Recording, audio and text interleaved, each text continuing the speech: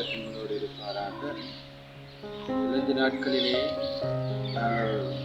வாழ்வு பகிர்வதற்கு இந்த கருப்பொருளுக்கு இணங்க லூக்கா 16ஆம் அதிகாரம் 19ஆம் வசனம் முதல் 31ஆம் வசனம் வரைக்கும் பார்க்கும்போது அங்கே செல்வந்தரும் லாசருவுடைய கதையை நாங்கள் காணலாம்.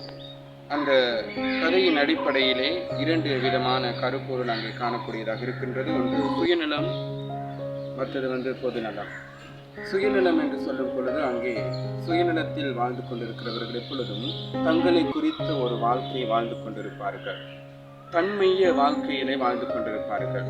செல்வந்தன் எப்பொழுதும் தன்னுடைய குடும்பம், தன்னுடைய வாழ்க்கை, தன்னுடைய பிள்ளைகள் என்பதை நினைத்து வாழ்ந்து கொண்டிருப்பார். ஆகவே அங்கே பொதுநலத்திலே வாழ்கின்றவர்கள் எப்பொழுதும் பிறருடைய வாழ்க்கையை நினைத்து வாழ்பவர்கள். இயேசு கிறிஸ்து எப்பொழுதும் ஒரு பொதுநலமான ஒரு வாழ்க்கையை வாழ்ந்தார். தன்னிடத்தில் இருக்கின்றவற்றை அங்கே ஏழைகளுக்கு கொடுத்தார். இயேசுவானவர் எப்பொழுதும் தனக்கென்று சேமித்து வைத்துக் கொள்ளாதபடி தன்னிடத்தில் உதவி கேட்டு வருகின்றவர்களை போஷிக்கின்றவராய் காணப்பட்டார்.